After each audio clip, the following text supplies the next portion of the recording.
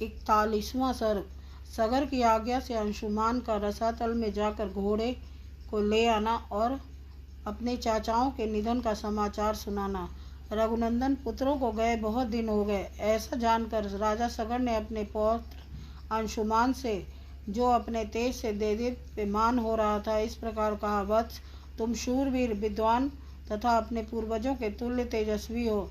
तुम भी अपने चाचाओं के पथ पर अनुसरण करो और उस चोर का पता लगाओ जिसने मेरे यज्ञ संबंधी अश्व का अपहरण कर लिया है। देखो, पृथ्वी के भीतर बड़े बड़े बलवान और जीव रहते हैं, अतः उनसे टक्कर लेने के लिए तुम तलवार और धनुष भी लेते जाओ।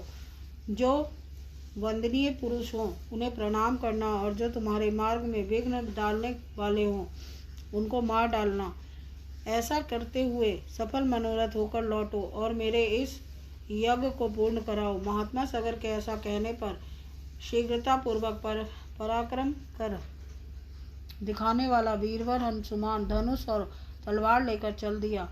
नरश्रेष्ठ, उसके महामनस्वी चाचाओं ने पृथ्वी के भीतर जो मार्ग बना दिया था, उसी पर वह राजा सगर से प्रेरित होकर गया।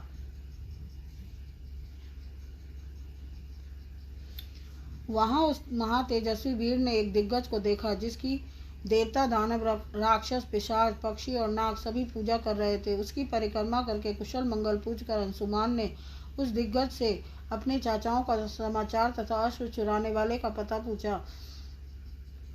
उसका प्रश्न सुनकर परम बुद्धिमान दिग्गज ने इस प्रकार उत्तर दिया। असमंज कुमार, तुम अपना कार्य सिद्ध करके घोड़े सहित शीघ्र लौट आओगे। उनकी यह बात सुनकर अंशुमान ने क्रमशः सभी दिग्गजों से न्यायानुसार उक्त प्रश्न पूछना आरंभ किया। वाक्य के मर्म को समझने तथा बोलने में कुशल उस समस्त दिग्गजों ने अंशुमान का सत्कार किया और शुभ कामना प्रकट की कि तुम घोड़े सहित लौट आओगे। उनका यह आशीर्वाद सुनकर अंशुमान शीघ्रता पूर्वक पैर बढ़ाता हुआ उस स्थान पर जा पहुंचा जहां उसके चाचा सगर पुत्र राख के ढेर हुए पड़े थे। उनके वध से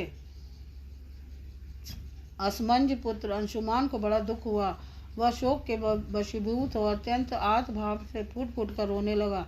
दुख शोक में डूबे हुए पुरुष सिंह अंशुमान ने अपने यज्ञ संबंधी अश्व को भी वहां पास ही चढ़ते देखा। महातेजस्वी अंशुमान ने उन राजकुमारों को जलांजलि देने के लिए जल की इच्छा की, किंतु वहां कहीं भी कोई जलाशय नहीं दिखाई दिया। श्री राम तब उसने दूर तक की वस्तुओं को देखने में समर्थ अपनी दृष्टि को फैलाकर देखा। उस समय उसे वायु के समान वेगशाली पक्षीराज गरुड़ दिखाई दिए, जो उनके चाचाओं के मामा थे। महाबली विनीता नंदन गरुड़ ने अंशुमान से कहा, पुरुष सिंह, शोक न करो। इन राजकुमारों का वध संपूर्ण जगत के मंगल के लिए हुआ है। विद्वान अनंत प्रभावशाली महात्मा कपिल ने इन महाबली राजकुमारों को दग्ध किया है। इनके लिए तुम्हें लौकिक जल की अंजलि देना उचित नहीं है। नरश्रेष्ठ महाबाहो, हिमबान की जो ज्येष्ठ पुत्री गंगा जी हैं, उन्हीं के जल से अपने इन चाचाओं का तर्पण करो।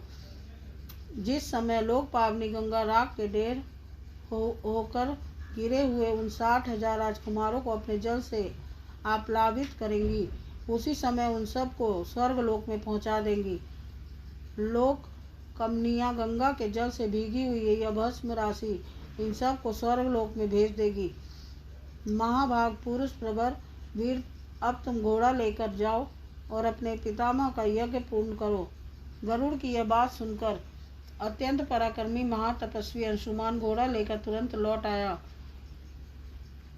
रघुनंदन यज्ञ में दीक्षित हुए राजा के पास आकर उसने सारा समाचार निवेदन किया और गरुड़ की बताई हुई बात भी कह सुनाई। अंशुमान के मुख से यह भयंकर समाचार सुनकर राजा सगर ने कल्पोक्त नियम के अनुसार अपना यज्ञ विधिवत पूर्ण किया। यज्ञ समाप्त करके पृथ्वीपति महाराज सगर अपनी राजधानी को लौट आए। वहां आने पर उन्होंने गंगा जी को ले आने के विषय में बहुत विचार किया, किंतु वे किसी निश्चय पर न पहुंच सके। दीर्घ काल तक विचार करने पर भी उन्हें कोई निश्चित उपाय नहीं सूझा और 30,000 वर्षों तक राज्य करके वे स्वर्गलोक को चले गए। इस प्रकार श्री वाल्मीकि निर्मित आदि रामायण आदि काव्य के बाल कांड में 41वां सर्ग पूरा हुआ। बोल सियापति रामचंद्र की जय।